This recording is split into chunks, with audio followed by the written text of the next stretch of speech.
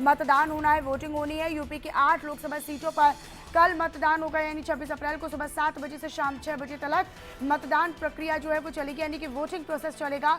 Polling booth के लिए polling पार्टियां रवाना हो रही हैं। तो देखिए, चुनावी शोर थम चुका है, लेकिन 8 लोकसभा सीटों पर कल मतदान होगा, वोटिंग होगी। लिहाजा उन सीटों पर, चाहे हम गाजियाबाद की जिक्र करें, बुलंदशहर की जिक्र करें, गौतम बुद्ध नगर का जिक्र करें, अमरोहा का जिक्र करें, 2019 के नतीजे जब आए थे तब दूसरे चरण से अमरोहा को अगर छोड़ दिया जाए तो सभी 7 सीटों पर बीजेपी ने जीत का परचम लहराया था। इस बार 8 की 8 लोकसभा सीटों को जीतने का लक्ष्य है और उस चुनौती को लेकर बीजेपी लगातार चल रही है। हालांकि नतीजे 4 जून को साफ होंगे, लेकिन उससे पहले लगातार हर दल, और मुख्य लड़ाई तो यूपी में अगर बात करते हैं तो समाजवादी पार्टी वर्सेस बीजेपी की ही है। हालांकि इन 8 लोकसभा सीटों में, जिसमें दूसरे चरण में यानी कि कल चुनाव होने हैं, मतदान होना है, उसमें से INDI गठबंधन की जब हम बात करते हैं तो कांग्रेस ने 4 सीटों पर अपने उम्मीदवार उतारे हैं, बल्कि 4 सीटों पर समाजवादी पार्टी ने अपने उम्मीदवार चुनावी मैदान में उतार दिए हैं। तो देखिए, यहाँ पर आधे जो उम्मीदवार हैं वो अपने अपने दलों से इंडी गठबंधन ने उतारे हैं। लेकिन बीजेपी की बात करते हैं तो बीजेपी 8 की 8 लोकसभा सीट अपने पाले में लाने की कोशिश और उसी चुनौती को आगे लेकर चल रही है। दूसरे चरण के लिए कल मतदान होना है, 26 अप्रैल को मतदान होना है।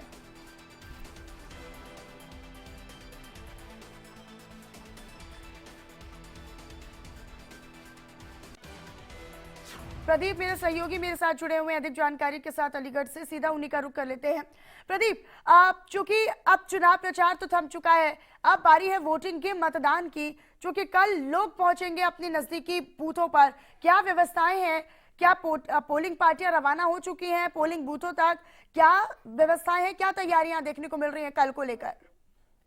देखिए, अभी हम मौजूद है अलीगढ़ की धनीपुर मंडी परिसर में और यहाँ से जो है पूरे लोकसभा क्षेत्र में पोलिंग पार्टियां रवाना होंगी। सबसे पहले तस्वीरों के माध्यम से मैं आपको दिखाऊंगा कि ये जो कर्मी है, मतदान कर्मी, इनकी ड्यूटी लगाई गई है। यहाँ पर तमाम जो लोग पहुंच रहे हैं और अपने अपनी जो टीमें हैं उनके साथ में EVM और जो तमाम जो मतदान सामग्री होती है उसको लेकर 10 बजे के आसपास यहाँ से उनकी रवानगी शुरू हो जाएगी।